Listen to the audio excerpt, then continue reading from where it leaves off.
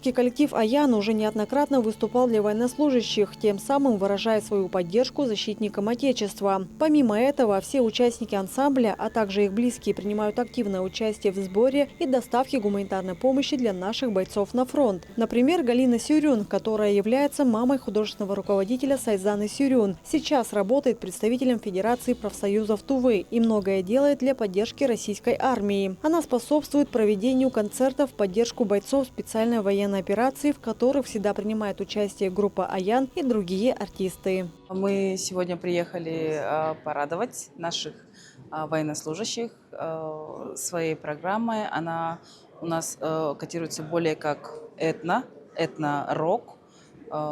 Есть тувинские народные песни, так и в частности песни из Золотого фонда группы «Аян». Мы проводим благотворительные концерты, и все собранные средства мы закупаем всю гуманитарную помощь, которая необходима нашим бойцам в специальной военной операции. Мы очень рады, что нас сегодня пригласили в рамках проекта «Поет Россия.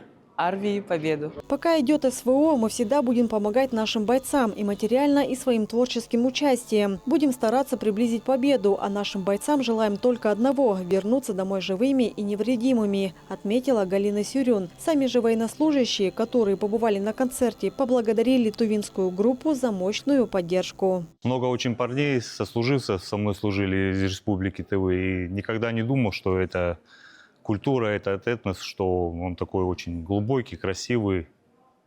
Очень все понравилось. Этот час я был прикован.